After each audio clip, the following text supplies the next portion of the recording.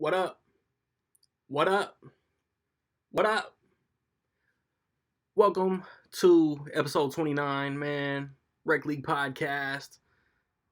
Maybe not your first choice, man, but we got a little bit of everything, man. Like I say time and time again, we are the Walmart of podcasts. You might come for one thing, be it sports, hip hop, bars, movies, but we hope that you stick around for the whole show. Uh, my name is Randy Little. If I haven't said that already, man, I am your host, master of ceremonies, as some say. And on this episode, we talk a little bit about that Star Wars trailer. We R.I.P. Johnny Witherspoon. But the main chunk of the movie segment is just about the Terminator franchise. We do get into spoilers as far as Dark Fate. I know it just came out. Forgive me. But my guy Awesome Joe can't be contained. Old man Lawrence comes in, talks about that Canelo Kovalev fight that just went down, and then of course yours truly spits some bars. And then old man Lawrence comes back and we talk about that Apollo Brown Sincerely Detroit. It is more him talking about it than me, but you get the gist. Over the past couple weeks, I didn't do no poll questions, man, because it's just movies, music, nothing grabbed me as far as I want to turn this into a poll question. It just didn't happen. The kid got busy, took some time off work, went back home. Indianapolis, what up? I had fun. Glad I went, but I'm glad I'm home. So before I wrap up this probably my all-time record short intro, I'll tell y'all, like, recently in theaters, Black and Blue came out with Tyrese, with Luke Cage, Mike Coulter, and Naomi Harris. Countdown came out, the generic Halloween weekend horror movie. It looked mad stupid. I didn't see it. Over this past weekend, Arctic Dogs came out. Again, looked mad stupid. Didn't want to see it. Harriet came out. Wanted to see it. My theater didn't get it. And Terminator Dark Fate. My review is on the Randy Little YouTube channel. Check that out. Tis appreciated. Over the next couple weeks, in between episodes, I'm probably going to miss a movie here or there. But Dr. Sleep comes out, the sequel to The Shining. Last Christmas with Henry Golding and Emilia Clarke comes out. And then Midway, the Roland Emmerich, I want to say Pearl Harbor war movie. And then the Charlie's Angels reboot comes out. Elizabeth Banks directed. Kristen Stewart, Naomi Scott, and I'll never remember the third chick, even though she probably looks like the most interesting as far as the new Charlie's Angels. Excuse me. And then Ford versus Ferrari, Matt Damon, Christian Bale, directed by James Mangold, comes out. Crazy hype for that one. That might be my second most anticipated November release, behind The Irishman. And then on DVD and Blu-ray, however you get your new released to home media movies, Charlie's Angels Full Throttle came out. The Lion King 2019 came out. The live action Lion King. Wonder Woman Bloodlines came out. This past Tuesday, the complete Blu-ray box set of Batman Beyond came out. It is very dope. I'm annoyed by the packaging, though. I wish they would have made it to where it matched the Batman the Animated Series release from last year. It's like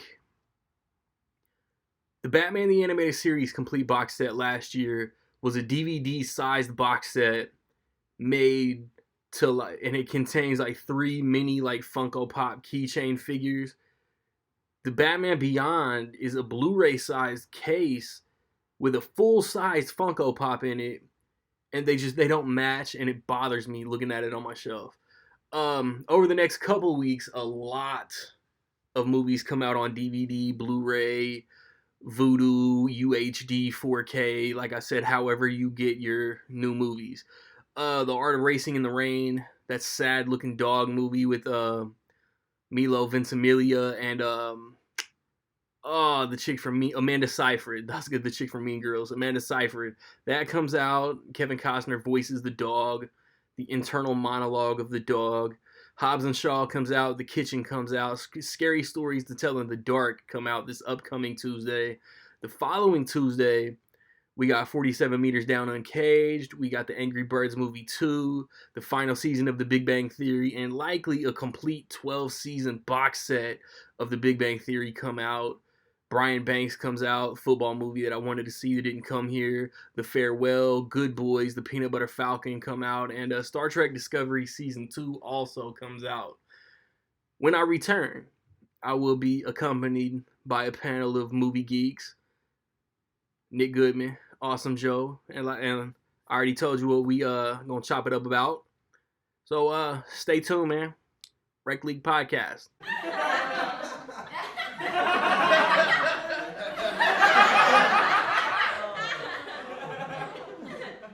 Well, as per usual, it is time to talk some movies. And before we get into the main chunk of what this segment is going to be, we need to address the passing of comic legend John Witherspoon. Like Pops Friday, like that's really all that needs to be brought up. But I mean, he got some dope movies and TV shows under his resume, and like I love Pops, and in the way he goes so under the radar and underrated in the Wayans brothers that I feel like that needs more love. And then he jacked Little Nicky for the Flask in Little Nicky. Now that I'm on wax, I feel like I'm like forgetting like something that needs to be brought up. And I'm blanking. Joe, I really see you say nothing about John Witherspoon, man. Was you a fan? I wasn't like a huge fan, like per se, of who he was and what he did. But I'm familiar with him and what he did with what his work was. I've seen him. He actually is one of my favorite characters in the 3 Friday movies, and he was very funny as well with Little Nicky. I love that. And I just think it was a great fun time and having to see his great work. So yeah, my heart always saddens for all of the great actors who pass away and who are always remembered by the great work that they do within their TV shows, music, movies, so on and so forth. So yeah, I mean, rest in peace to him, and he will always be remembered with the great work he did with all the entertainment he's brought to us. Yeah, boy. I was forgetting the Boondocks. Nick, pay your respects. I'm a massive fan of the movie Friday. At least the first. I like the other two, but like the first one one's just classic. Like that's top 10, maybe even top 5 comedies.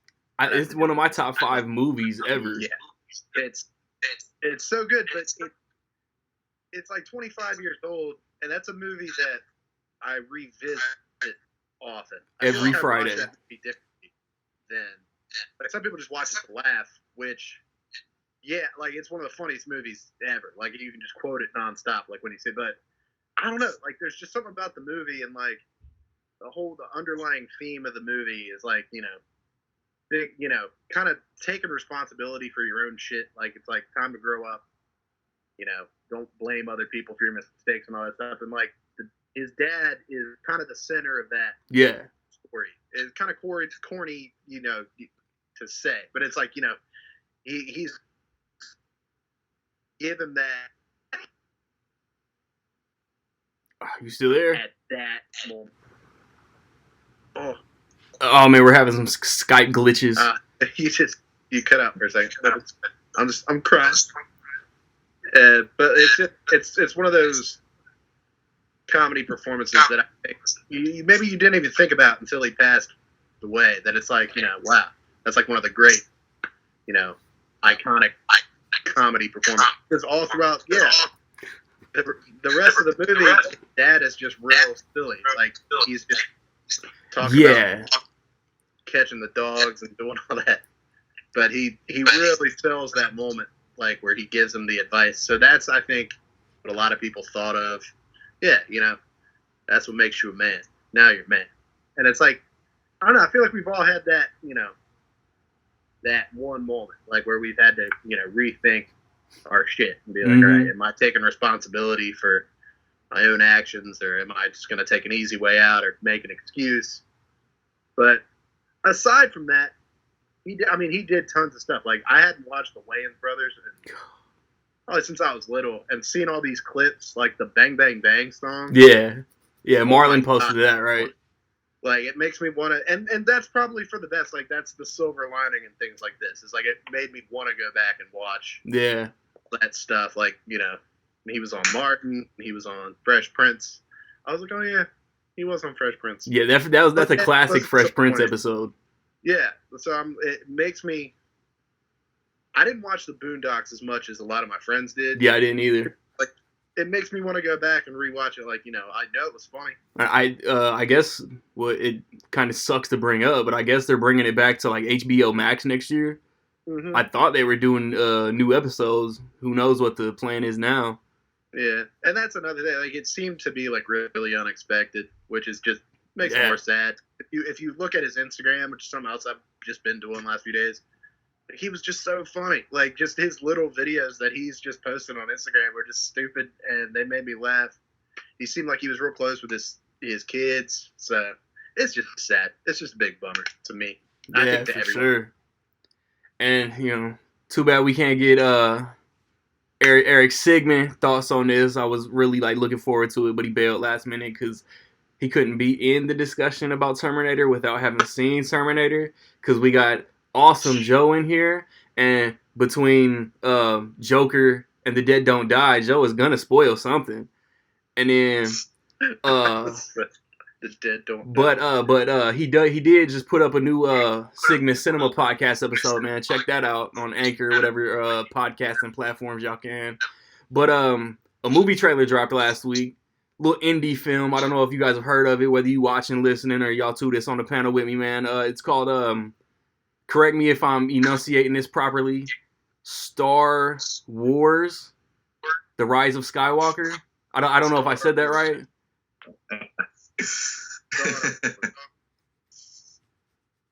No, never heard of it. The art house circuit. Yeah. Like, I don't even know if it'll come to the theater in my town. That sounds made up. House. What is it? How can you walk on the sky? Yeah, it doesn't make sense. It's gonna flop. Yeah, it might not even be cinema. People are sick of nonsense. They're gonna go see Terminator Part 7, Part 3. Right. But yeah, we're not seeing these little indie flicks anymore.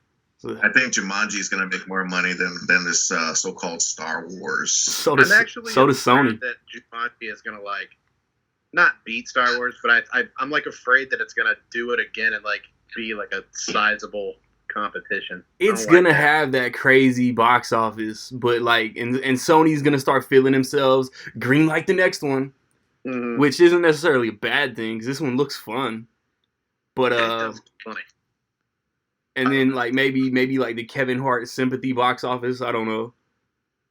But yeah, it's not gonna mess with the Rise of Skywalker. It's gonna be the second highest grossing movie of the year, and I loved the trailer.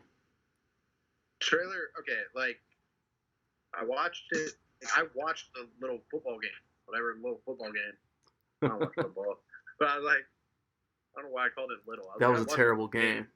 The game was the main event. The trailer was little, but I turned on the game and like watched it for like a solid half hour and like prepped myself and I cried like a little bitch. Like I just sat there. I was like, damn it. Like I like wiped my face and like, but I've watched it like 100 times since. You know, I'm just like, yes, I'm so excited. Went and saw Terminator. Saw it in the theater. Yeah, like, so did I. IMAX theater for the first time. I fucking cried again. Like I was sitting there. I was like, God. Like I don't know. Like you little girl. Sounds like got me, and I hate being that guy. Like you ever see the video of that guy watching Star Wars stuff? He's like crying and freaking out. That guy. No. It's like a viral thing. I'll send it to you. And I was like, I don't like being that guy. But like, I don't know, there's something about Carrie Fisher's voice saying always, and I'm just like, the C-3PO. 3PO made me tear up a little bit. Give me a break, dude. Like, I was like, come on. Like, it's a great trailer. I don't even need to, like... They should have let all social media geeks, nerds, and all these, like, the toxic fandom just wait until 6 weeks or however 2 months in advance, drop one trailer, and everybody be talking. It'd be positive buzz. Rise of Skywalker, let's go. But no, they did earlier trailers, which were good but less good than this one. Joe, what'd you think? Oh, I'm sorry. I'm taking one last look at my friends. Tear-eyed. It's just like, no. Why?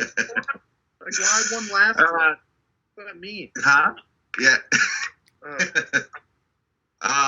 It's a great trailer. I actually love the theme music that's playing throughout the trailer. It's very epic, and it's giving you that feel of knowing that this is the last Skywalker movie, and yes, they're going to continue on with the Star Wars saga, but it's not going to be having to involve the same characters that we've grown to know and love and remember by.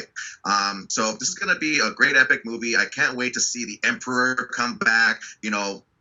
As to how he's still alive, I don't know. When Mr. Goodman here said that he got teary-eyed about this trailer, the first thing that came to my mind that I knew about what I cried of was when Darth Vader redeemed himself by killing the Emperor. I really cried at that part because he's sacrificing himself to save his son. I love that. That was George Lucas trolling us all, apparently. For nothing. Yeah. And I just feel like it's a little bit killed off because I'm just like, okay, well, what was the whole point? So hopefully they explain some of the reasonings as to what was the whole point of Anakin Skywalker being the chosen one for balancing the Force, so on and so forth. I don't know. But hopefully everything is answered into this movie, all those questions as to, who is Rey? Where does she really come from? Is she just a nobody? Did Kylo Ren kill his dad, or did his dad actually kill himself to save his son? I don't know. But is he going to be redeemed? There's so many questions. I can't wait to see this. It's like how we have conversations about the Avengers or the Lord of the Rings or so on and so forth. Like, which character is going to die? Which one's going to continue on forward? Are we going to have these new characters that are going to be introduced into this movie going to be very, very favorable ones? Are we going to see characters from recent films besides, having Billy D coming back and from the prequel trilogy and the original trilogy? So that was from the Clumps, if you guys don't know. But Billy D. But I love to see Billy D. He's one of my favorite characters in the original trilogy, and it's great seeing him back. I can't wait to see Princess Leia one last time. As to the great work they're going to be working on with her in this movie. It's already going to be 2 years since her passing. God rest her soul. So yeah, 3. Is it 3? Yeah. Did she pass away during the before or after the release of Rogue One? Yeah, it was like a week or two after Rogue One. 2016. Yep. That's right. Yeah, that's right. Do math, Joe. Yeah. Damn it. Yeah, Not so awesome at math, Joe. There's only one character I really don't want to see, which is the worst character. Jar Jar. Rose. I don't want to. Yeah, I'm like. Rose. Yeah, I want more Rose. I don't. I want to see more Rose. But I don't get why did everyone hate her so much? Twitter. I don't know. I haven't rewatched The Last Jedi in about a year. Maybe I need to rewatch it. Maybe my 8th watch of it. That'll be. Are you halfway through that massive Star Wars binge that you're doing? Yeah. I'm almost I'm getting through the Clone Wars so fast. It's the best show I've ever watched. Have you started the original trilogy? No. Okay. Not yet. I got episode 3 is the next movie. Okay. I'm almost completely done with the Clone Wars, and then it's Solo, and then it's Rebels. Because I haven't drooled over your massive collection of just Revenge of the Sith yet. Yeah, it's coming. It's about as big as the other ones. That's what she said. But yeah, no, and not to go off. We'll probably have a Star Wars episode down the road, but well, maybe not. I don't know. December's pretty packed. Yeah, but it like watching the Clone Wars fills in these little gaps of. And it's like it's easy to talk about. It's like it's a kid show. It's like it's a cartoon or whatever. It's really not. Like they kill. It's just like the other movies, like the prequels and stuff. Like it's just as violent as those. Like people get stabbed and like shot, and their heads get cut off and stuff. And it's still just like, no, it's PG. I'm like, I guess if you say so. It's like just more of the prequels, but they fill in all these gaps that make the prequel movies better. And I feel like once I watch all of them, like in the wave, like by the time I get to the Rise of Skywalker, it's gonna be like overwhelming. Like I'm just gonna be emotional beyond. Like it's gonna be like a weight, and I'm just gonna be like, I can't handle this. I gotta leave. So, but I think the trailer did exactly what it needed to do. Like it didn't show too much. Yeah, I have no idea what the movie's about. Yeah, like they showed I guess it's the Emperor sitting there. I don't know. Yeah. They showed like one clip. Evil Rey. They showed like one clip that looks like there's about to be an epic lightsaber battle between Rey and Kylo. And they showed another clip where it looks like they're on the same team. Yeah. They're destroying what I assume is that Darth Vader mask on the pedestal. I'm pretty sure that's what it is. Are they destroying that together, or is that just a casualty of their massive fight? I have no idea. I don't know. I don't know if anybody besides J.J. Abrams knows. And I trust J.J. Abrams, too. I'm not one of the, like, in J.J. we trust dorks. But I'm like... But he doesn't have a bad movie. Yeah, he really doesn't. And I always heard that he didn't want to do The Force Awakens at first. He wanted to do Star Trek when that came out. He didn't want to do Star Wars because he was such a Star Wars fan that he didn't want to do it injustice or whatever. So I kind of trust that, he's not going to look at something and be like, this is fine. Like, he's going to be like, this needs to be a perfect ending. The Force Awakens is like my third favorite movie. The Force Awakens is unbelievably good. I hate that, like, years removed people are like, Disney's ruining. I'm like, they really aren't. They're really not. And I hate that, like, Disney suits are like, well, we gave you guys too much Star Wars too fast. Did you? Yeah. Did you really? Not me. Yeah. Not yet. Sorry. Force Awakens was like almost everything that I wanted it to be. Like when it came out, I was like, wow, thank you so much. Yep. But even a shitty Star Wars movie to me is like, well, at least they gave me a new Star Wars movie. It's like when that Clone Wars movie came out in 2008. That was trash, but I was like, at least they're still doing it. Like, thanks. Thanks, Fox. After watching it with the show, it's not even that bad anymore to me. But anyway.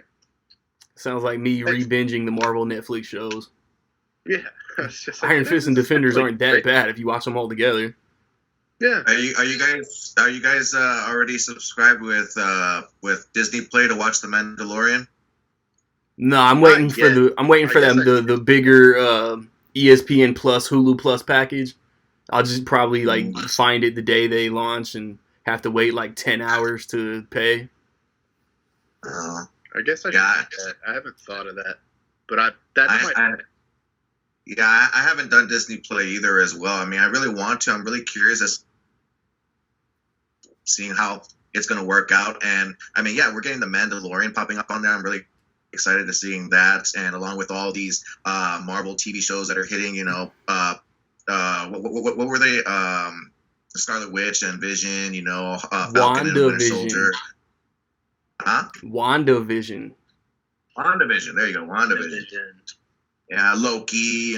So I mean, it's gonna be really exciting just getting to see all the majority of all of Disney property just there and getting the your own personal time to watch. So I think it's gonna be really exciting. I haven't gotten to it as much myself. Thinking about it, I'm a little bitter. They had a Star Wars show ready to go the day this all launches, but not a Marvel show. Yeah, it's kind of weird. They'll get there. But I don't think. Real quick, like Jon Favreau is doing The Mandalorian. He played the voice of like 4 people on the Clone Wars. Like rewatching it, like it's like different characters. It's like, oh, that's Favreau's voice, and he was the voice of the dude in Solo. Yeah. So like Jon Favreau is clearly like a big Star Wars fan. So it's just making me more excited for The Mandalorian. I was like, oh, this is going to be great. But do they have any other shows announced? I think the Obi-Wan show. Is that it? They're bringing Clone Wars back next year, which now I'm, going to be 30, and I'm like freaking out. I'm like, yes, fine. I'm like one of those guys. Is it going to be live action or is it going to be animated? Oh, it's animated. For sure. Because they've got a good, like, half dozen Marvel shows announced. Yeah. And maybe 2 or 3 Star Wars shows. There's characters in the Clone Wars show that I'm like, oh, they should have put them in the movies. Like, that would have been so much better. This storyline would have been better than that. Like, they bring Darth Maul back. So, like, the thing in Solo makes perfect sense by the time you get there. But anyway. Oh, no, for real? That's dope. Spoiler alert. Yeah. 1.5 year old spoiler alert, everybody. Sorry. Watch things on the time of Manny. Wait, Darth Maul's still alive? Yeah, no. He's so dead. For 20 years, he's been dead. Like, bring him back in, like, this beautiful thing. It's like an amazing story. And I'm like, wow. In The Phantom Menace, he got cut in half, and that's where my logic is. He should have. I really do wish that he was. I mean, I know we're getting off topic here, but super really off topic. Darth Maul is my favorite Star Wars character. I love Darth Vader. I love Emperor Palpatine. I love Luke Skywalker, and so on and so forth. But my most favorite is Darth Maul, and I wish that he was like Darth Vader in the original trilogy was the main baddie in the prequel trilogy. Because real quick, Episode 3, General Grievous. I was really hoping for General Grievous to have been, the recremated version of Darth Maul, and I thought that would have been great, that final fight between Maul versus Obi-Wan. I thought that would have been perfect, but instead they had some random alien become this robotic character, so I don't know. I just thought that it would have been really, really perfect to be putting, Darth Maul in there to redeeming himself against fighting Obi-Wan once more again, so... What they give you on the Clone Wars is better than that. Yeah. Well, it's actually kind of the same thing, to be honest. But I know that the shows are canon and everything, but they also try to keep it away from being part of the film. Like if there's something revealed in the TV show and not in the movies, then it's a little. Yeah. I haven't watched any of the animated shows because I think it's just that I never had the time to watch it, and it's just so much already that it's hard for me to keep up with. I did see the Clone Wars movie, the animated, and yeah, you're right, it is a piece of garbage, but it's fun to watch. In contrast to the show, it's just like a few episodes sewn together that start the show. So when you watch it like that, it's much better. If you watch it as I did watch those remember those mini Clone War episodes that would pop up every day? Yeah. Is that what you're referring to? It was like it was like 12 episodes or something, and they were like 10 minutes long. Yeah, I watched those. Yeah. That's the first time they put General Grievous in those before they even did the movie, Episode 3. Mm-hmm. It was like unbelievable. But that kind of, I don't know, it kind of like ends. It's like those are beginning, middle, end, and by the time those end, it like leads right into Episode 3. So it's like a separate thing from the TV show, but I'm still watching both of them. I'm going to talk about this all day. We don't. Yeah, this is why we can't do a Star Wars episode, because we don't move on to Terminator. Yeah, I won't be able to moderate, as Eric put it a couple episodes back, and you guys will just geek out for 2 hours. It's like one of the few things where I will, like, if you don't stop me, I'm just gonna keep talking. Okay, stop. I've said this so many times that when it comes to movies, I will not shut up. It's an endless conversation. Okay, so before I was born in 1984 in Los Angeles, there was a waitress and her name was Sarah Connor. There was a big bright light in the sky, and this like big dude like stole Bill Paxton and his friend's trench coat. I need your clothes. And then this other dude, Kyle Reese, he was a human.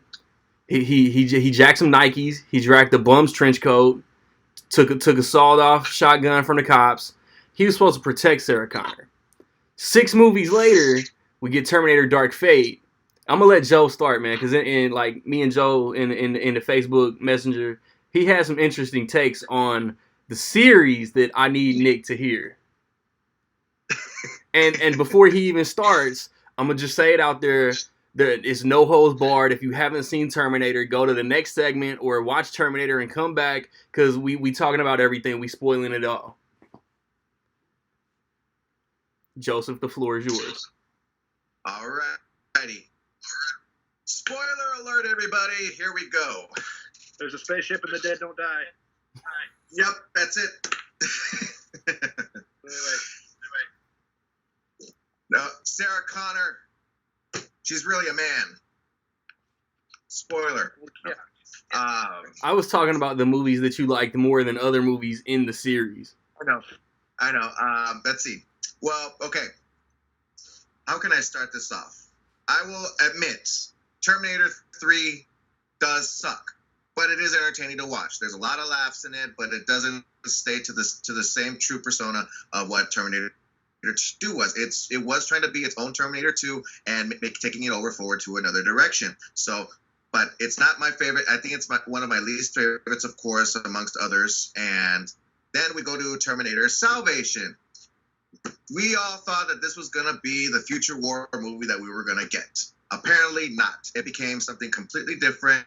I think that it was terribly cast. I did not like Sam Worthington. I did not like Christian Bale as John Connor. You tripping. I know a lot of people hate me for my different opinions, but that's just how I feel about these movies. I was really hoping to get, human beings against machines, laser guns firing at each other. You thought that this was going to be the epic battle that we were going to finally get to see. Which cases, I think that they were fixing on moving it forward towards that if Salvation was a success, but unfortunately not. So then it leads on to Terminator Genesis.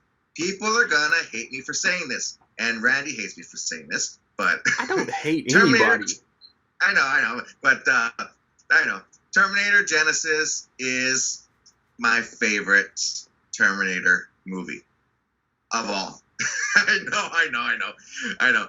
But the reason why is I didn't interpret all that. Terminator Genesis is your favorite Terminator movie of all 6. Yes. Okay, I'm about to hang up on you.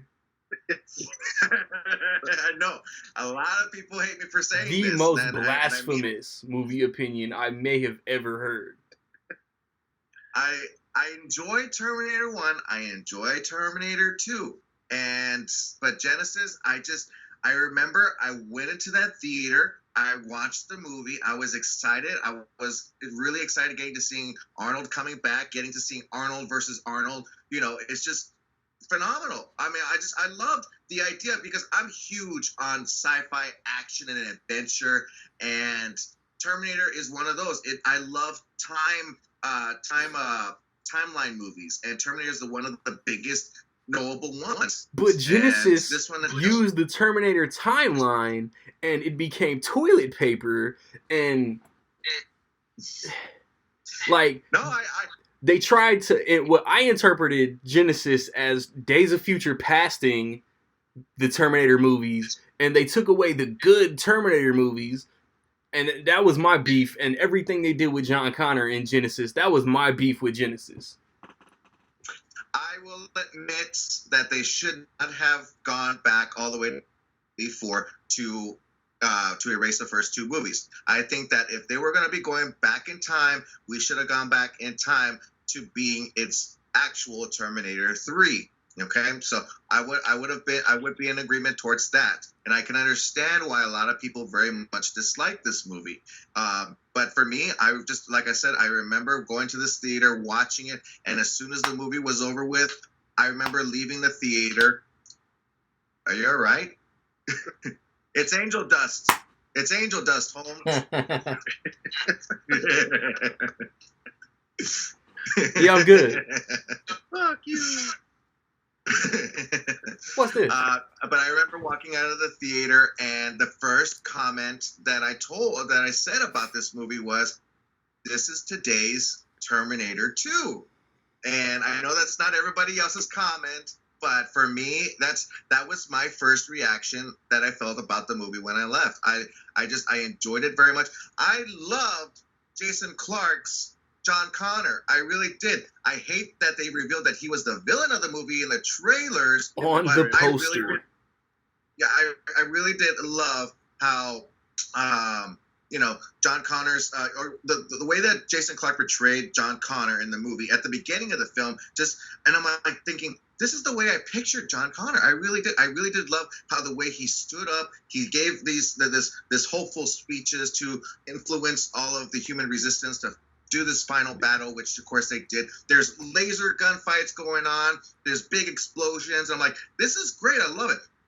And this is something that I've been expecting along down the road within this Terminator franchise, was getting to seeing the entire timeline come to a close in one full circle by seeing Kyle Reese and the first Terminator going back in time. Of course, we got that. That's actually one of my favorite scenes in this movie, in Terminator Genesis. So, and I love it how everything was just shifting around and all that. I love the idea how it was a huge question mark about where did this T-800 come from? Who's back? Everything just shifted and changed. It was all a new, different timeline, something that we're not really too familiar with, resetting the time loop. So, and I know a lot of people didn't like it, but I had a lot of fun with this. Another one thing that I did not like about this, of course, yes, Jaw Courtney. I really did not like that. It was a very miscasting of him being Kyle Reese. I really do think that they should have given it to a much more better actor who has a little bit more of a resemblance to what Michael Biehn did in the first film. So, what? Jason Clarke looks nothing like Edward Furlong.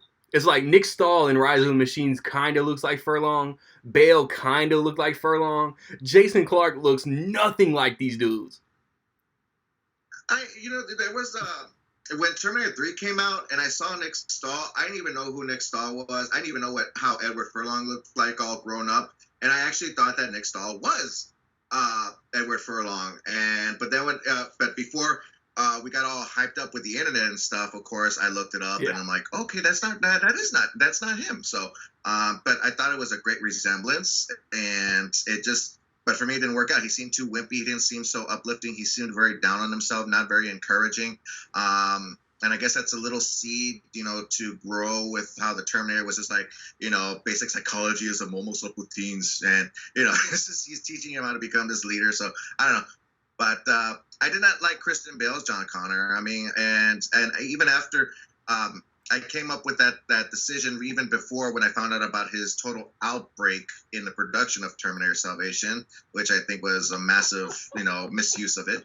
But I don't know. I just loved Jason Clarke. I really did. I mean, I enjoyed his performance, especially when I saw him in Dawn of the Planet of the Apes, and I just think that he's a great leading character. And having him being the John Connor character, I fell in love with it, and I really would have loved to have seen more of this storyline to continue on forward. But unfortunately, we did not. I even also did like the idea of getting an imaged Skynet character.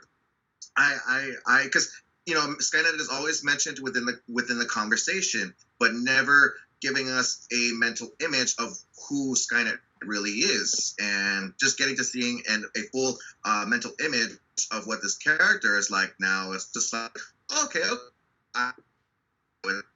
to something big, something before, and I actually admire and respect all of that. So that's why I really did enjoy Genesis. So, but I'm going to shut up about that now. I'm going to leave it to you guys because I know a lot of people get upset about me talking about Genesis, but that's just my opinion based off of what I felt about the movie when it was released.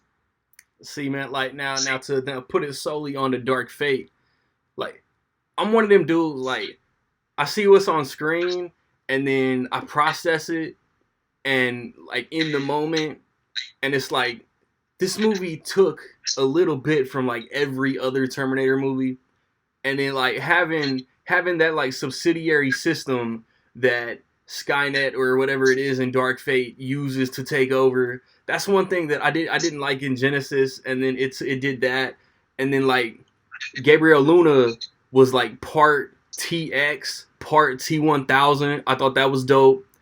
I'm gonna say it now so it gets said, so we don't just start rambling and forget. Mackenzie Davis is the best part of Dark Fate, hands down. Absolutely. She's 100%. super badass. Like, well, Nick, you be on Twitter, man. What did Tim Miller say? Like, misogynist males are gonna be like so butthurt over Mackenzie Davis in this movie. I don't know. It was something along those lines. I don't know if that's the word for word quote, but it's like, and then Schwarzenegger, like as Carl, they took the whole Pops thing and like kind of reused that, but then like Joe, I know you do. Nick, do you watch Jeremy Jahns on YouTube? Yes. No. In his review, man, he's talking about the very beginning, the way they took out John Connor, and how it all like reset the whole future, and that's when the whole time travel element. That's when all of this can get confusing, at least to me, because I'm a Neanderthal, uneducated, and all this.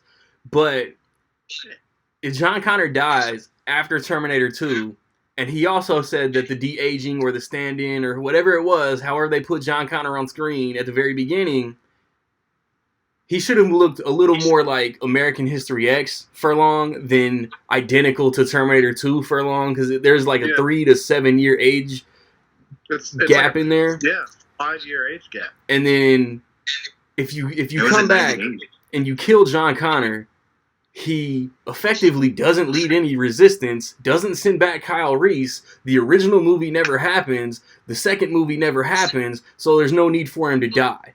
That's where I get confused. And then overall, like, I had fun, but then he got me thinking of like, yeah, that's a good point. Maybe it wasn't as good as I thought of walking out of the theater and even put in my review. But it's still, in my opinion, the best movie since Judgment Day. Sorry, Joseph. I have Genesis like second to last. Hey, it's okay. I respect your opinion. Opinions, bro. I expect you're wrong. I expect you're wrong. Hell yeah. You're wrong. It's just the movie. It's not the cure for cancer, so. Right. But it's like Natalia Reyes was dope. I thought Linda Hamilton coming back was cool. But like, I wasn't like, oh yes, like she's why I want to see this movie. Jump in. Before, I just want to say real quick is that I heard this. I forgot where I heard this from, but I actually am in agreement with this. Is that the reason why we haven't been getting any successful Terminators after Terminator 2 is because Terminator 1 and Terminator 2 were focused on the character Sarah Connor. And after Terminator 2, they continue to focus the main character on John Connor, believing that he is the reasoning for this franchise existence.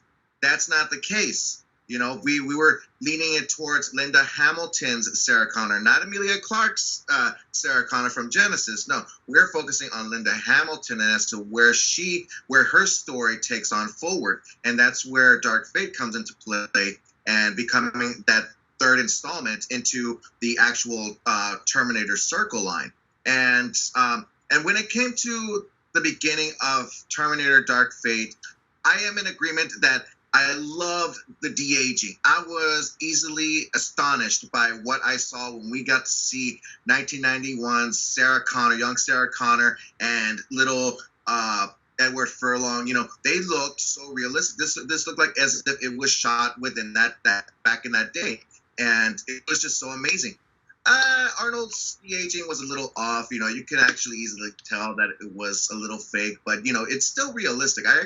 It's a lot better than what we got in Terminator Salvation, the fake Arnie. But I think it was great, and a lot of people are gonna hate me for this as well, even though that they hate the fact of our John Connor getting killed off. Is I loved the idea because we just passed the Halloween season, right? And I recently watched once more again Halloween Resurrection, and we were talking about this in the last episode. Is that I love the idea of our main character getting killed off. What would happen if the bad guy really did win in succeeding his mission by killing the person that he is meant to kill off? And that's what this Terminator did.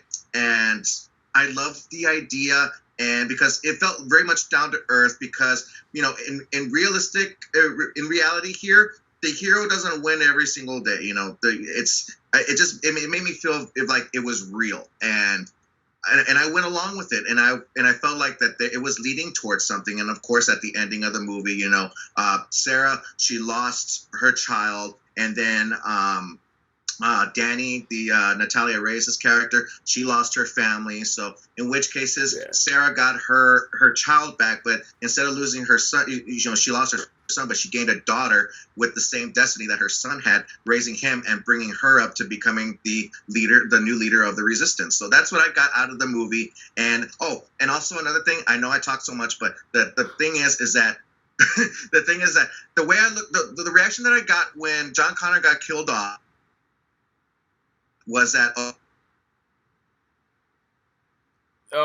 you there? And huh?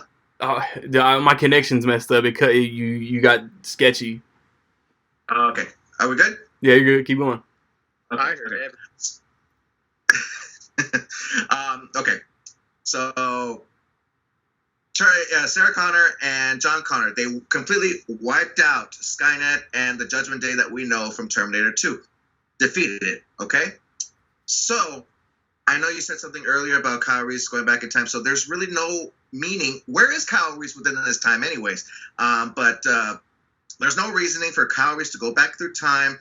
There's no reason for him to be fathering John, and and John doesn't really have a purpose anymore for his existence. So he gets wiped out.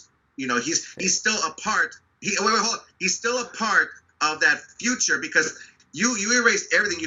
The Terminator from Terminator 2 killed himself just to erase the future timeline. But you got to remember this too, is that John Connor is from a piece of him is from the future based off of his father. So he's still a part of that future. That future still is in existence. So there is no way for the future Judgment Day to exist with the existence of John Connor still being alive. So that's what I got out of it. I could be wrong, but let me hear what you guys got to say, because everybody always is in a disagreement with me about what I say. But it's just my thought about what I thought when I saw the movie. Do you think the writers' room was like this? Like they sat down at a table and a guy laid it all out like that? Oh yeah, but Carl. But Cameron signed off on this though. Yeah, Cameron's been as involved with Dark Fate more than he was in any other sequel since Judgment Day. I think that was where the hype for me was in this, because I'd always heard Linda Hamilton said she never really was going to come back and do it. Like, she was supposed to be in 3, but she was kind of a secondary character in the first draft of the script, and she was like, I don't... Hard pass. Yeah, and then James Cameron was like, I'll do a 3, and then as years went on, he was like, I told the story I wanted to tell in 2, so I'm just probably going to pass. So the fact that they both were involved in this, like they both read the script, were pitched the idea, and liked it enough, that, I think, was what got me the most. Yeah. Like, they both liked it enough that they think that it's a proper continuation of the story. And it was, in my opinion. Well, David Goyer wrote it, right? Yeah. He's all hits. Yeah, Blade 3. That's sarcasm. But he's got one massive hit off the top of my head behind Joe's head. Didn't he write Batman Begins too? I think so. There you go. Yeah, he did. He's 2. not a good director, but he's a good writer. Yeah. But had Terminator 3 and 4 and 5 not exist, had this just been 25 plus years after Terminator 2, I'd have probably loved it. I think as a decades removed continuation, the way that they're doing things now with Top Gun and stuff like that. Yeah. Halloween. I think Blade Runner. I think in that vein of movie, I think Dark Fate would have been one of the better ones for sure. Watching all of them over the past few days, it's hard not to compare them to Terminator 3 is just stuck in my head, whether I wanted it to be or not. I was like, oh yeah, they did this and this. Yeah. And it's like at its core, Mackenzie Davis was basically Sam Worthington. Yeah, but better. Way better. Way. Even her haircut was better. It's just, I mean, this was an interesting rewatch of movies because I did it back when Genesis came out. I think I watched did too. the whole series. That was 2015, and I hadn't watched any of them since. I hadn't even watched Genesis since the theater. So this was like, I remember liking Salvation in the theater. I remember seeing it in the theater and thinking, that was dope. That was really cool. That was like a serious, like a more like epic take on this story. Good for you. Rewatching them? Do what? Good for you.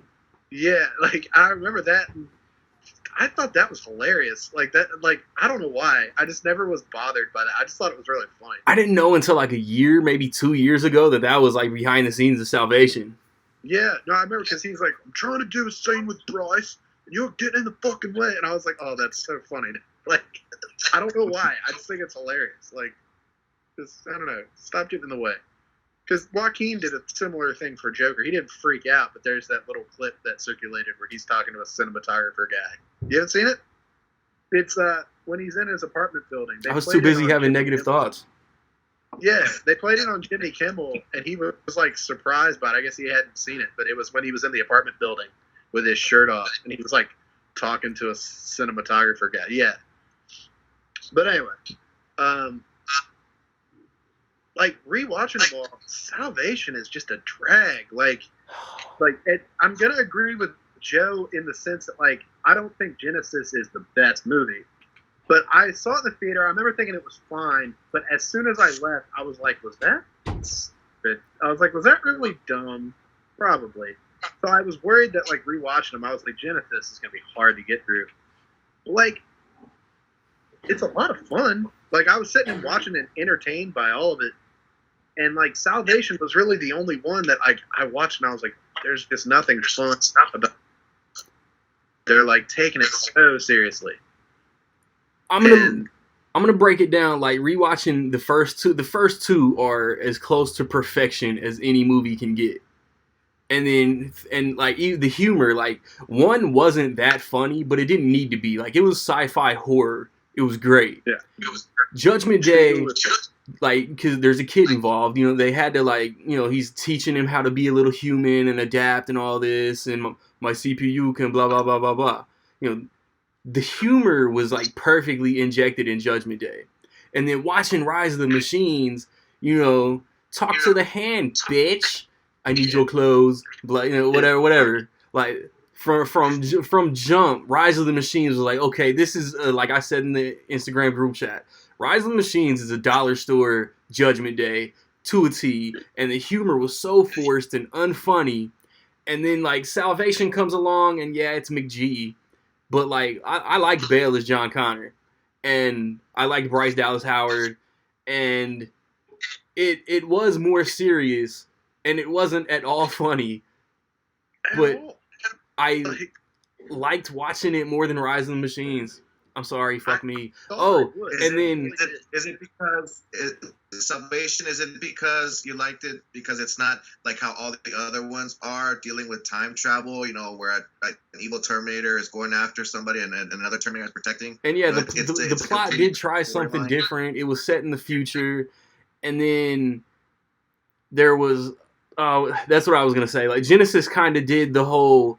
This person is the embodiment of Skynet, the way that Helena Bonham Carter was in Salvation. So like all these movies kind of borrow off each other. But yeah, like that's why I put Salvation fourth after Dark Fate. Like Dark Fate's my third favorite in the series. I don't know. I just like thought for sure like watching them. It's like when 3 came out, I was 13. I was young enough to like be excited for it and I think enjoy it on the level that they wanted it to be enjoyed, like as a summer popcorn movie of the time. I always remember thinking it was fine, and every time I rewatch it, like after that, I always thought it was fine for what it was. As the overlaying series, it's not as good, but like rewatching it this time, I was like, oh yeah, I remember this line, I remember this, and like the humor is very hit and miss, but like there's a couple funny things. Like, I thought Nick Stahl was good. I think Claire Danes was good. Yeah. The girl Terminator thing was fine. It was different. Yeah. It was like, where can we go from here? Yeah, it's like after Robert Patrick just kills it. Yeah, like who can be as intimidating? The new We're guy. never gonna get him back. That's what I want. I want to see Robert Patrick come back. No, Yeah, dude. he, like, never. He did the whole like exploding lava enchantress dance at the very end, and he's dead. That's the Dark Fate guy. I thought was good. He was a good villain, but he just didn't have that like 1,000-yard stare that Robert Patrick had. Like when he was chasing him, just walking like staring at him, it was like fuck. And he did try it. Like he had that real straight face. Like you could tell, like my whole body's a weapon, really brother. Performance. Like even seeing him walk, just looking like a guy. It's like the way he did it was like that guy's a robot. Like he gave it like a performance where I was like, yeah, I would know he was a robot. And go ahead. I keep on interrupting, but go for it. Oh, no, rude. Who does that? Out of my ass. But I'm gonna agree with Joe a little bit about Genesis. Like it's not the best, but rewatching it here, I was more entertained by like Jason Clarke there was like a warmth about his portrayal, like in the beginning of the movie that I'm like, like Rick from Walking Dead. I'm like, that's a guy I would follow. Like that's not just like Christian Bale just kind of yelled at everybody and like looked tough, and I was like, I don't buy him as John Connor. I mean, I guess he's just like a guy. He probably should have played the Sam Worthington role instead.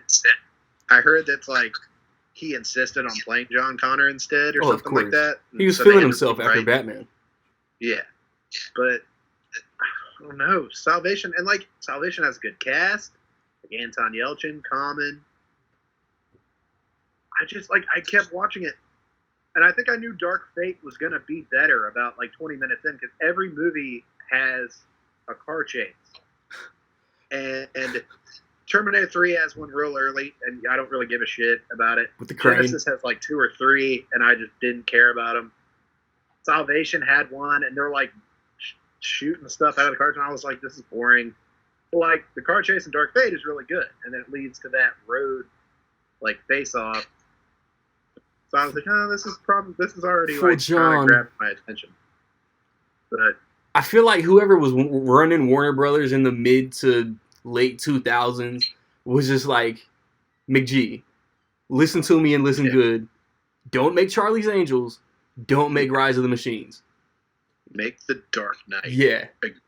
Make the Dark Knight with robots. He was just like, I know every fucking thing in the world about fucking the Dark Knight. And they're like, whatever, McG. That's what I always think of. That's how I never forget that he directed that movie is because of that rant. And he's like, McG, you gonna say something to this prick?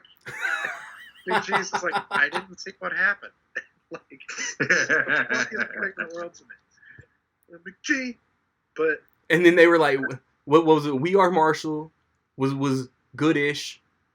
That's a good movie. We know it's in you. Oh, McG. I need to look up his filmography before I shit all over him. I just think of Charlie's Angels. Yeah, Charlie's Angels. I like those too. We Are Marshall. He did This Means War with Pine and Hardy. Not great. And then I feel like I'm missing one. I don't know. And he directed the pilot to Lethal Weapon. You know what? I think we're being unfair to Big G. Oh, wait till I rewatch these Charlie's Angels movies next week, and we'll come back to that. Angels. We'll put a pin in that. But anyway, quick while I'm about it. Another thing that I thought that I gathered from rewatching the movies that Dark Fate fixed that I thought was kind of cool. It was probably unintentional. It was like the whole Sarah Connor plot. Like, the reason we're trying to save and kill her is because she's given birth to a guy who's going to save the world. There was just something weird about it. Like, thinking about it, rewatching, I'm like, that's kind of Handmaid's Tale-ish. Like, I'm like, that's kind of like, we got to save your womb because that's all you're good for. We got to save your womb. And, like, it works. But it's like almost 30 years later, it's like, they're still just gonna talk about Sarah Connor and just how like she's important because her son was important, and that this kind of fixed that. Like it. The whole John Connor thing, like I'm like, maybe, maybe not, I don't know. But by getting rid of that and putting in that new character of Danny, and saying, "Oh, you are the leader of whatever's gonna happen. Like you were the one who's gonna fix everything, not your seed, not your uterus. Like it's all gonna be you." I thought it was like, oh, that's a fresh take on like a potentially dusty idea. I was like, I'm need to talk about. I'm watching, and I'm like sitting there until it's all cleared up. I'm sitting there like, okay, this is kind of like The Force Awakens. This is a 2019 remake of the original movie. Like she's gonna give birth to the new savior, blah blah blah blah blah, and Sarah Connor is kind of filling that Kyle Reese role without the consummation, blah blah whatever. And then they clear it up. She's John. Like that's pretty dope. Yeah. There's a. I was actually thinking. Was it Joe? Go ahead, Joe. You had the floor before we broke off. Okay, that's fine. So I love the Easter eggs that were represented into this movie. Like, say for example, the evil Terminator is called Rev 9. That's based off of Revelations 9. That says the end of all things. So I really do love that. That was a great. That's cool. Yeah. You guys. I just. I saw some recent videos about how these Easter eggs were put into this movie, and that was actually one of them, and I loved it. And another one too. I want to leave this one to last, but the next one was the song from the bar in Terminator 2 was in this movie when the Terminator falls and it goes in. There you go. Yeah, like car Cadillac. And I heard the song. I was like, oh, I know that song. Great addition. I love that. And one really cool thing that I found out was the T-800, Carl, who runs this draping business. If you look at the phone number on the van, it says 1-800-512-1984. That was the release date from the first original Terminator movie. And they said that if you called that number, you get Arnold Schwarzenegger's voicemail, and he says, "Hasta la vista, baby." He says that in the voicemail box. And you don't leave a voicemail, you just hear the voice in there. And I said, you know what, I gotta try this out. I called it, and yeah, it was there. So I recommend you guys to go and try it out. It's super cool. 1-888-512-1984. Wow, I thought it was a fake, and I tried it out, and I was like, oh wow, that's so cool. So, but one thing when it came to Mackenzie Davis's Grace is I did get a little bit of a feel of a female version of Kyle Reese, and I'm like thinking, okay, well nowadays you do get, like there has to be like some gayness in some of these things now. And I'm like thinking, okay, don't tell me that.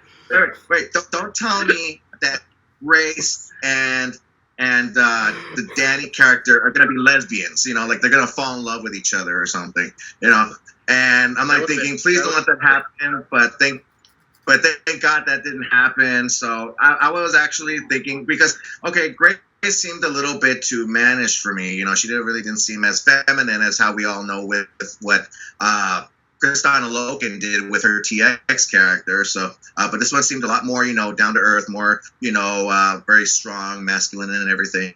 So, so that's that. I was getting a feel of that actually was going to be happening down the road. So, but unfortunately, that didn't happen.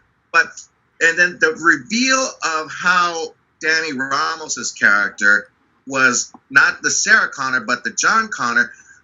I kind of knew that down, very earlier in the movie when they continued to keep on hiding the fact that she was just like Sarah Connor, being the mother to the leader of the resistance. I'm like thinking, no, I don't think she's the Sarah. I think that she's the John. And of course it reveals that, yes, she's the John. But I was kind of hoping for a really badass reveal. I wanted something to say, you know what? The bad guy is actually the good guy, and the good guy, the Grace character, is actually the bad guy, and is protecting this one because she is the reason for Judgment Day happening. That would have been a really cool reveal. I don't know how to say it in statistics, but I really do feel like that would have been a really badass reveal. And just having it being just to where she's not the Sarah, she's just the John, it's like, it was okay, but it was a little bit disappointing for me. So that's pretty much all I wanted to say about that. But she's Grace's life as a child. No, I'm saying like she's protecting her. She's protecting her. Yeah, all the meaning and like all the emotion behind those two characters, I thought ended up being a real cool payoff.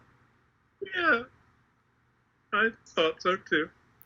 I'm crying as if we can't just say spoilers. You've cried a lot in this episode. That one of the characters doesn't make it to the end kind of bummed me out, like more than I thought. Like when I was watching, I was like, I'm not emotionally invested in this. It's Terminator, it's robots. By the time I got to the end, I was like, damn.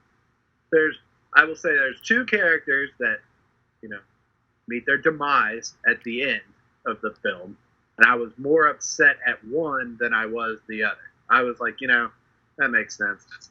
Do your thing again for like the third time in the series. Go die. But then the other one, I was like, damn, you deserve better. I would have liked to see you in a sequel. We're talking about Grace. We've already talked John.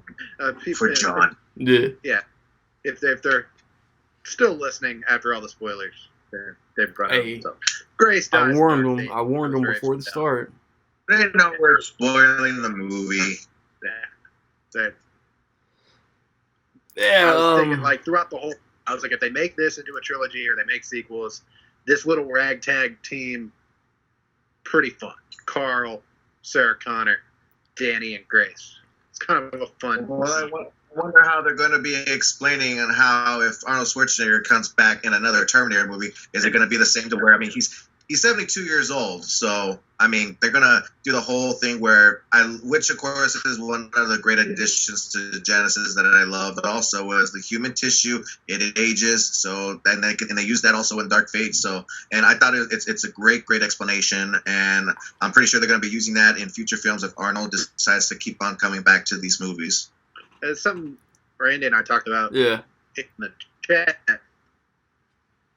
If it gets a sequel or not or whatever, like, would they bring back that character or the character of Grace? And I think to do that, they would have to start messing around with the timey-wimey, like, weird time travel stuff. And I think that that's what they're trying to avoid doing now by putting this movie out. They're not trying to do that. Like, Genesis is almost like Rick and Morty does Terminator. Like, I referred to it the other day talking to my friend. I was like, it's just...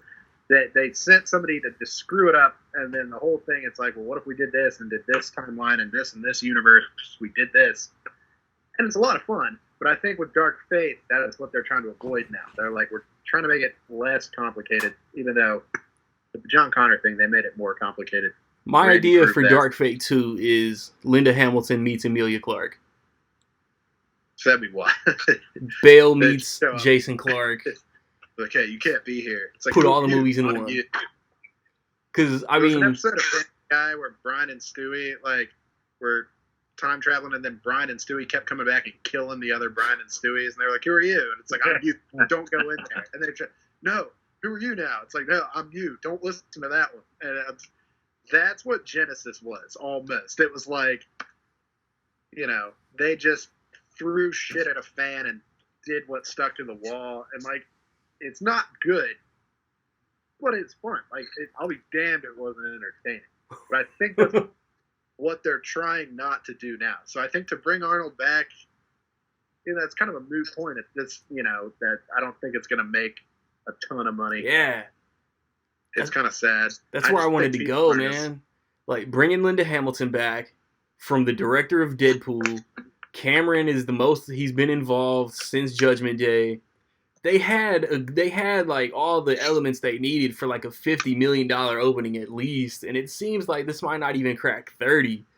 So it's like, yeah, what I saw the other day. Warner Brothers couldn't do it. It looks like Paramount can't do it, man. It's just like let Terminator chill. Like, we can enjoy the first two movies. Let Terminator chill for like 15, 20 years, and then I guess try to do a flat remake, man. Like 2030. Set it in. Paramount Did Paramount sell their Terminator rights over to 20th Century Fox? Fox is doing the international distribution. But I think Cameron might solely get the rights back like in a year or two. He's not gonna. Yeah, He's not gonna do anything that with too. him. No. I think that if we're to be working on having to direct another Terminator movie, it won't be until after when he's finished with his huge 5 of Avatar movies. So, And by then he'll be ready to retire. Yeah. So I don't think that if Avatar 5 comes out in like 10 years. What that? So Avatar 5 comes out in like 10 years. Yeah, everybody's old and dead. Yeah, so Yeah. That's done. I don't think that it's gonna continue on moving forward if this movie doesn't succeed enough. If the rights are given back to Cameron, so I think that they had like a good 3-movie arc, and Schwarzenegger, like we were saying, like Schwarzenegger came out. I'm like, Harrison Ford, like I'll do this one, man, but I'm too old now. Just kill me off. And they had the confidence to do the next 2 without Arnold and the T-800. Yeah, like I always heard Arnold got paid $30 million to be in 3. Damn. Which is Well, three of these 3. or Rise of the Machines? Rise of the Machine. Oh, I could see it. It was like his last movie pre-politics. He didn't want to come back enough, and they were like, "We'll give you $30 million." Warner Brothers. Like, okay, but Rise of the Machines was kind of a hit, though. Salvation wasn't a flop, but it wasn't what they were. It opened against Night at the Museum 2, if I'm not mistaken, and that sounds right. was a And wave up around there. bigger. yeah. And then Genesis was like a flop, Yeah, from what I remember. Like Genesis came out, I don't even think it opened at number 1. I doubt it. I don't remember what came out 4th of July 2015, but it was like Minions or something. Minions. If it was Minions would have kicked its ass. Yeah, But it was right before Jurassic the original World. Ant-Man. Genesis wasn't big at all. I will say that I'm not really interested in another Terminator movie if it's not a sequel to this. If it's not a sequel to Dark Fate. But we're Just still like, gonna yeah. see it. Like, I'll probably still see it, but like in a couple years, if they're like, we're rebooting it again, I'm gonna be like, come. Yeah, fuck like, on, 3 guys. strikes Like, and you've you're done it out. Come on, 3 guys. times. Stop. If they're like, we're gonna move forward with the Dark Fate sequel, Excuse me. I'll be excited. Like, Yeah. I'll be like, yeah, I'll see where they go from here. That was pretty good. If Genesis would have succeeded and made enough to where they could have done a sequel, would you have gone and watched it, even though it was terrible to you guys? Yes. For sure. I didn't think it was Yeah. terrible. And like even rewatching it, like I was like, Amelia Clark's pretty good. I just didn't like her height. I think she was too short. Yeah, but they even used that as like comedy, like when they were getting their mugshots, and she was like short, Yeah. and then did the smile. Like I laughed. I'm not gonna lie. Like I chuckled. Like I was like, they're playing Bad Boys. Like Jay Courtney's not bad. What is it about Jay Courtney that everyone hates? There's just something about him. Like everybody's just like, man. Die Hard Even 5. he had the greatest, like. I did like him in Suicide Squad. Captain Boomerang's my favorite in that movie. Suicide Squad's his Like- best performance, in my opinion. Yeah, probably. Jack Reacher was pretty good. He had like the best like manager in the game Yeah. for like 5 years. Like he was in Die Hard and all these movies. And I was like, I guess He Jake was Courtney's just- the future. He was one of those like Taylor Kitsch, Sam Worthington dudes that got shoved down society's throat or movie fans' They throat really for a few tried. years. They really tried with Taylor Kitsch. I was bummed out that didn't work. But I think like that, but even as like Kyle Reese, like he could have been like, that movie was so tongue in cheek that I think he could have been a little funnier. Like they could have gotten like a Chris Pratt type, Yeah. not Chris Pratt, but like that type. He to, was like, busy do guarding that role. guarding the galaxy. Yeah, would have worked a little better. But even him, I was like, he's not bad. Nothing bad about him. Yeah. Really? I thought he was fine. I thought Amelia Clark did as good a Linda Hamilton impersonation as anybody could have. Yeah, like that was the most surprising when I rewatched all of them. I was like, I can't believe this doesn't really suck. Like, It's almost like it does suck, but I'm sitting here just enjoying it anyway, and that was almost more fun than Yeah. Salvation, which I'm like, I know this is made well, and I know I should be liking these Academy Award, winning actors and all this cinematography shoving in my face, but I'm just not. Like, I'm just not enjoying it. It's just not fun. Everybody's mad. Everybody's just yelling at each other. Another thing that about Dark Fate is I found out in a recent interview that the director Tim Miller and producer James Cameron, within production of the movie, they really didn't get along. There was so many arguments between the two that they didn't really see eye to eye. They weren't on the same page with each other. So I'm assuming that that's also one of the reasons why this movie is probably going to bomb. And so I don't think that, because I think that since Tim Miller wanted to make this his own movie, and James Cameron was more like, this is my world that I created. I think I know a little bit more about it than you do. But Tim Miller just set aside his different opinions and ideas about the film and just moved on forward with his own direction. So I think that that's one of the reasons why a lot of our audiences and critics are not very fond of the movie. So yeah, I just wanted to throw that as a little addition. The direction was pretty good too. Like, Was that? I thought the direction was pretty good. Yeah. I thought Dark Fate was like a well-made movie. Like the whole, like, the narrative didn't feel rushed, or like the balance between, like, emotional scenes and action scenes, I thought was pretty good. Like, I was surprised. Like, I was like, it actually is. I was okay with the movie. I mean, I gave it a 77%, so that's for me, it's a good rating. Yeah, I was like, I actually thought I was gonna hate the movie, because when they first released the title to this Terminator movie called Dark Fate, I didn't like the title.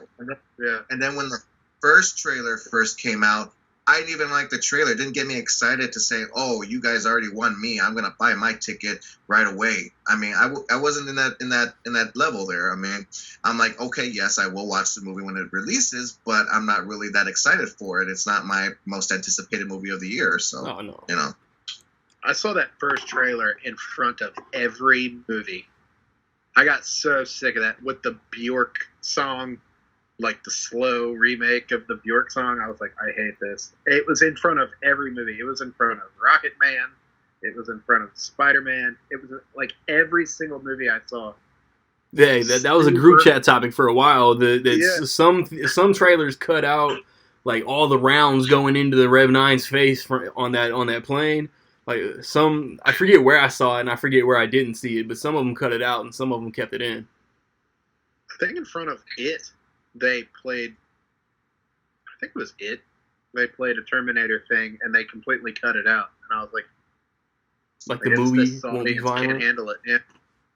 That first trailer, man, I was so sick of that first trailer. And then Comic-Con came. I was like, finally, we're going to get another trailer. And they didn't put out another trailer. The only thing they did was lie and say that Edward Furlong was going to be in the movie. Yeah. And I was like, he wasn't in the movie. That doesn't count. I was pissed. I was really expecting to seeing a grown-up John Connor in this, being part of the team that's going to save, help out Grace's character. And I thought that was going to be great, having to see this trilogy of three awesome characters that we've got to know and love in Terminator 2 coming back together, just like Star Wars, which they missed out on that opportunity. But I thought it would have been great. But of course, they did the same thing here too. They killed off, John Connor, and I thought it would have been really cool. But they announced that, and I thought that was so cool, because I was like, Edward Furlong's had a rough go. Yeah. I heard he was supposed to be in 3. Like, they gave him the script, and they just assumed, like, making it. They were like, this is going to be a sequel to 2. We're going to get Furlong. He's going to be John Connor. And I guess he was struggling with addiction or whatever, and he ended up getting fired, I think.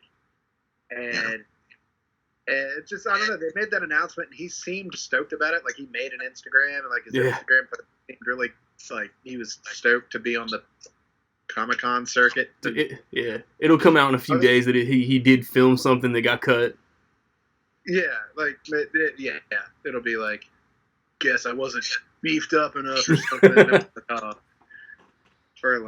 He's one of my favorite child actors. The fact that Terminator 2 is his first movie is That's insane. crazy. Every time I watch it, I'm like, that's nuts. That he had never done acting before that. And he had a pretty good run, too. With the biggest video? star in the world at the time. Did you see this video on YouTube? I don't know what other movie that Furlong was in, but it was to where he also got shot down when he walks into a bedroom. And they added this little scene of Arnold Schwarzenegger coming in. I think it was Commando, and he shoots him down. And I saw the comment saying, "This is literally what happened in Terminator: Dark Fate." I'm like, yeah, wow, it was really wonderfully well edited. I thought it was really cool. Yeah, it's in American History X. He gets shot in a bathroom. Another great performance by Edward Furlong. Joe, if you're making another list, that's a really good one. He was in that. He was in Pet Sematary 2. He was in a movie with Kathy Bates where he played her son. The name is escaping me, but it was just like a drama. Oh yeah, I heard of that. Yeah, but I don't know. They were building a house. It'll come to me. He was also in Detroit Rock City, which is the greatest movie ever made of all time. Period. It's the best movie of all time. Better than Terminator 2. But that's neither here nor there. Best movie of all time. I'm saying it. It's in the atmosphere. It's said Detroit Rock City. All right. Detroit Rock City, Casablanca, Gone with the Wind. That's how it goes. I said what I said. Terminator Genesis is 4. I feel like we're starting to run on fumes. Any like closing thoughts that we want to throw out there before we wrap it up? Yes, Detroit Rock City is the best movie of all time. Okay, no. Any Terminator Dark Fate thoughts before we wrap it up? No. I hope it does well. I haven't checked. Hope. Before we wrap up, Joe, since 2 episodes ago, how many Scorsese movies have you been able to watch? I've only gotten to watch the one that I mentioned before, which is Wolves of Wall Street. I mean, it's I've been watching since it was the Halloween season. It's my favorite season throughout the entire year, and I've been watching a lot of scary flicks. It is scary that you haven't seen more Scorsese. Yeah, no, definitely I will be. I mean, I know that I have. Is Gangster Squad a Scorsese movie? Not even close. It wishes. No, okay. But I know that Mr. Goodman here recommended it for me, so I'm gonna for gangster check movies. That one out. Not for Scorsese, just for gangster movies. Squad. Yeah, you can skip Gangster Squad if you watch Taxi Driver or something instead. Like if you watch a Scorsese flick. I think I can skip Gangster Squad too. I'm doing a thing in a couple days. Don't copy me again. I'm not. I'm doing it specifically so I don't copy. I'm doing it differently. It's going to be fun. Joe, just keep an eye on what I'm watching this month, except for Charlie's Angels, Frozen, and James Mangold directed movies. Everything else is Scorsese. Oh, I can't wait to watch Frozen. Oh my god. But that's gonna put a nice little bow on this movie segment. In 2 weeks, I'm doing a Q&A with the Blu-ray collectors, with the movie collectors again. So we're gonna see some new faces the next time, probably. And then I'll bring the regular panel back in December. And when I come back, we're going to talk some sports. Rec League, man.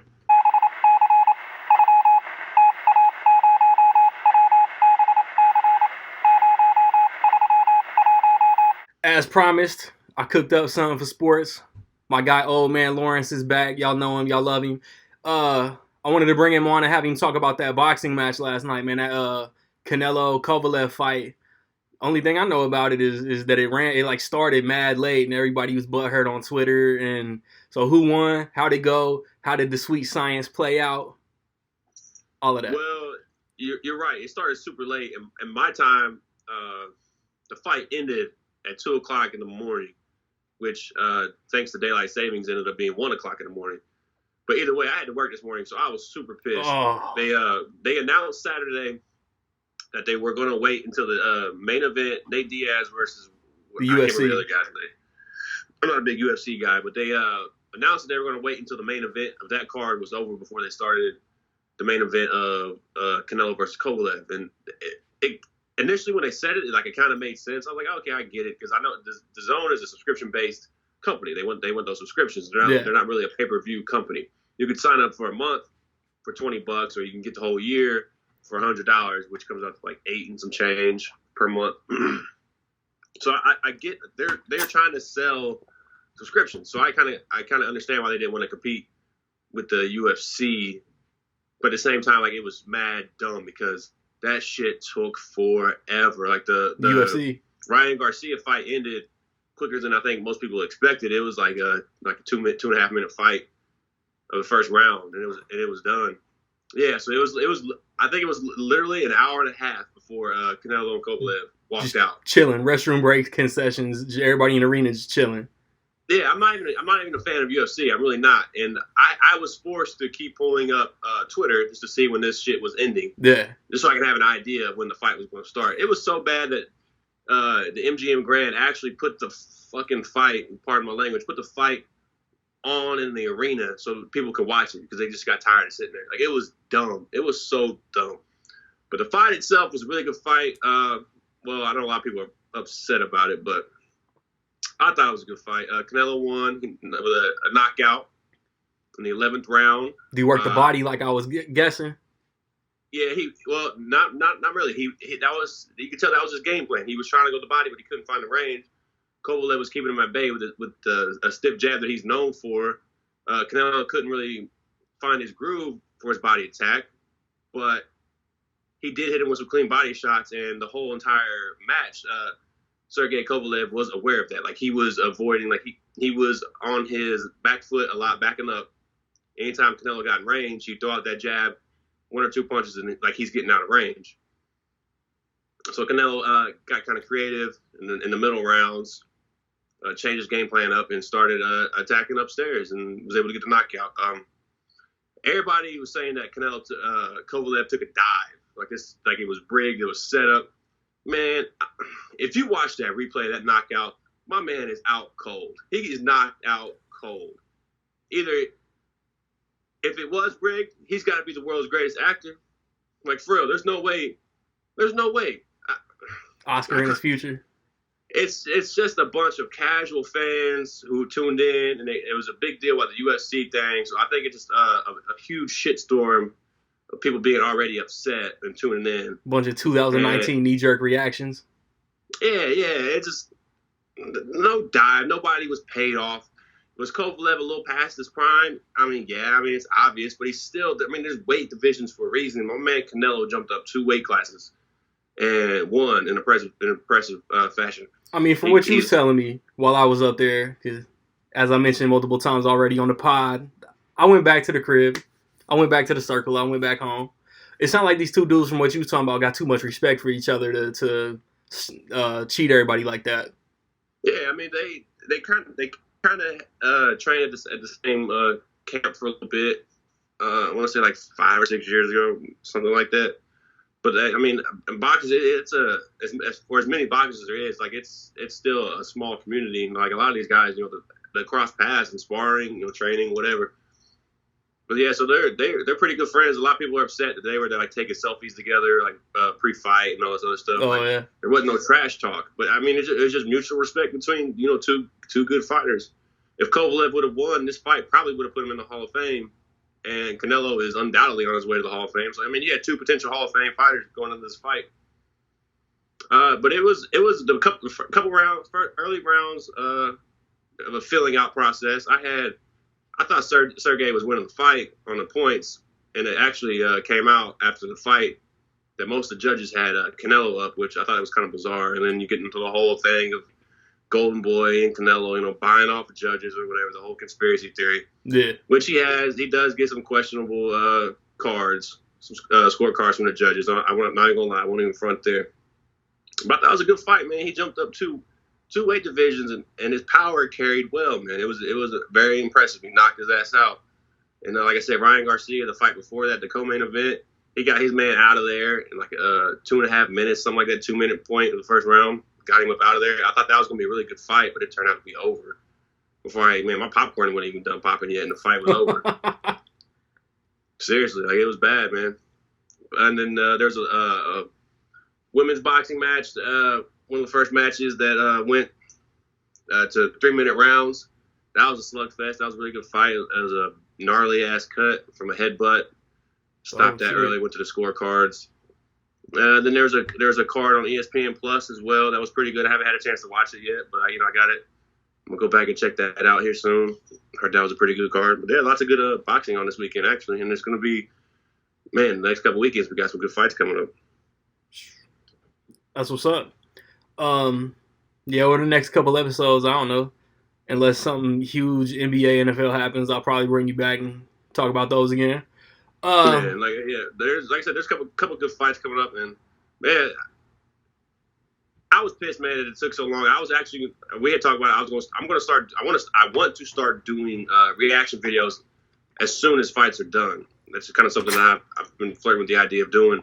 But that fight, I had to be at work at 7 o'clock in the morning, and I was going to bed at 2 o'clock in the morning. Like, I was pissed. God. I was upset. I'm not even gonna lie. Like, it was a good fight, but I heard the Canelo Alvarez interview post fight, and I was like, I'm done. I can't even. Like, it was stupid. It was stupid, and I was annoyed. I was pissed off, but it was a good fight. Yeah.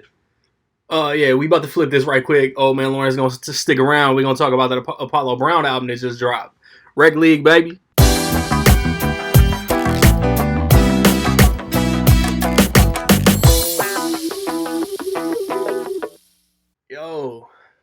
Yo, search Randy Little on the YouTube. That's a shameless plug. When the kid gets to spitting, they can't contain this drug. While I'm at it, tell your friends about that Rec League podcast. Them other cats will not last. Smelling something funky, I apologize. I dropped ass. Continue to watch that Comcast. Cable still too short to reach my spectrum. List off your favorite rappers, I will fucking disrespect them. I show my ass on this mic like when Schwarzenegger time travel. Just hand me the right scalpel and I'm gonna take my cut up out this bitch. Take the tongue up out this bitch so never again can these weak motherfuckers rhyme babble.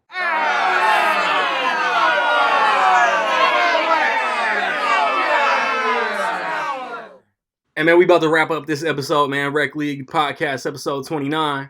Like I said earlier, Old Man Lawrence is back, stuck around. Apollo Brown, one of the dopest producers in all of hip-hop, dropped what you could say is a compilation album. It's called Sincerely Detroit. It dropped this past Tuesday, if I'm not mistaken. It's all Detroit artists.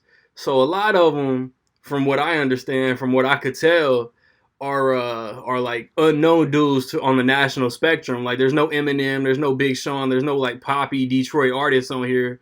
I think Royce the 5'9" had a verse, Trick had a verse. And there's like one other Detroit rapper that I recognize that I can't pull right now, and like I gave it a few spins to and from work since it came out, and on my way home Friday I wanted to listen to it one more time, but then Brother Ali dropped out of nowhere and it was a rap for Apollo Brown. That's my apologies.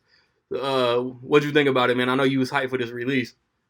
Yeah, anytime I hear Apollo Brown's got a new project coming out, my ears perk up a little bit. Like you said, he's one of the dopest producers. In my opinion, he is the dopest producer in the game right now. He doesn't get a lot of the credit that he deserves. I can't believe he didn't have artists, busting down his door, trying to work with him. Put me on. I think I say this every music podcast. Him and Planet Asia have put out a record called Anchovies a couple years back. I think 2017 is one of the dopest albums of the past 10 years. If you ask me, that's how much I like that album. It's so good. Yeah. But like you said, there's not, like, Eminem's not on here, Big Sean's not on here, but Royce is. You said Trick. LZ's on here, Slum Village is on here. Slum Village, that was it. Yeah, Kid Vicious is on here, Black Milk, Guilty Simpson. I think he said there's 53 or 56 different artists from Detroit. That's a lot. Yeah. And I don't think all of them necessarily spit a verse. I think there's a couple people who like just do the hooks, so I think that technically counts as a guest spot or whatever, I guess. But the production is bananas. I mean, the classic Apollo Brown.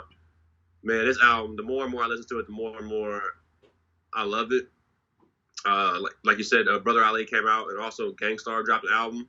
So this week has actually been kind of crazy for hip-hop because it's 3 potential albums that could be in my top 5, honestly.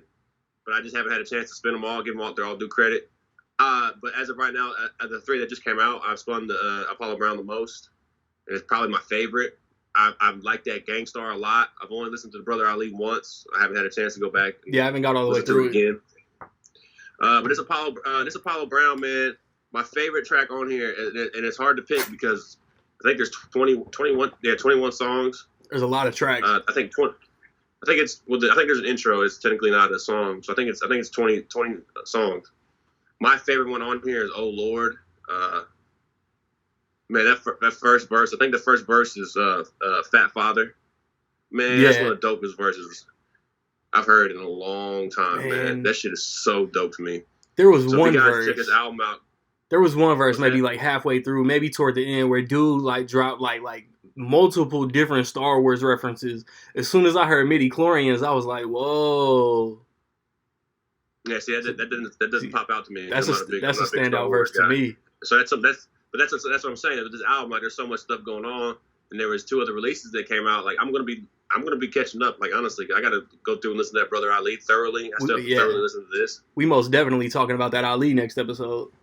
Yeah, but yeah, this has got a lot of gems on here, man. In my opinion, there's no skippers on here. There's no songs that I wasn't feeling because Apollo Brown.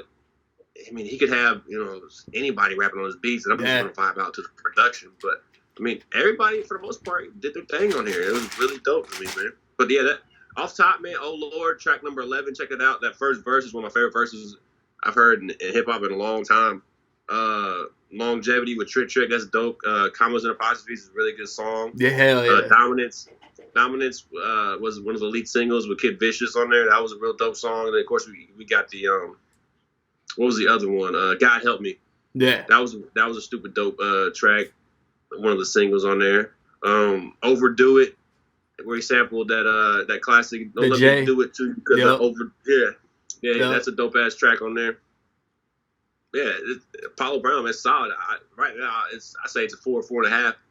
Man, and my brain might slide up to a 5 by the time I'm done with it. As far as like production, my brain is playing Pong with this and that Little Brother. Like, I don't know which one's doper.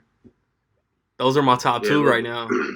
Yeah, Little Brother was a dope album, man. Like I said, Brother Ali just dropped. I had no idea that was coming out. I don't think anybody did. So, man. And I hate to be that dude to say this, but like he did one of those like IG Q&As a couple weeks ago, and all I asked him was like, new music on the way? He was like, soon, brother. And he's like, man, sooner than I thought, shit. Yeah, that's dope. Ali's always, connecting with his fans, man. That's real dope to see. Yeah. Yeah, so you got that Brother Ali. What's that called? Escapes and something escapes and. Man, let me pull it up real quick. You got it? Secrets and Escapes. Secrets and Escapes. That would be the music discussion. As far as I know, it's all produced by Evidence. Yeah, that's what he said. They Pharaoh Monch, Tyler Kweli, and like one other feature. Yeah, apparently they made it while they were on tour just because, they were out on tour doing their thing. They're like, man, we were in the mood to make some music, so we did it. Like I said, I've only spun it once, and it's dope. It's real dope to me, and I definitely got to delve deeper into it and check it out. No question. And like I said, that Gangstar came out too. That Gangstar is super dope to me. Cool. That's episode 29, Rec League Podcast. Hope y'all have fun. Drop a comment, leave a voice message on anything talked about on this episode, man. Terminator, boxing, Canelo Kovalev, man. Apollo Brown, and chill until the next episode.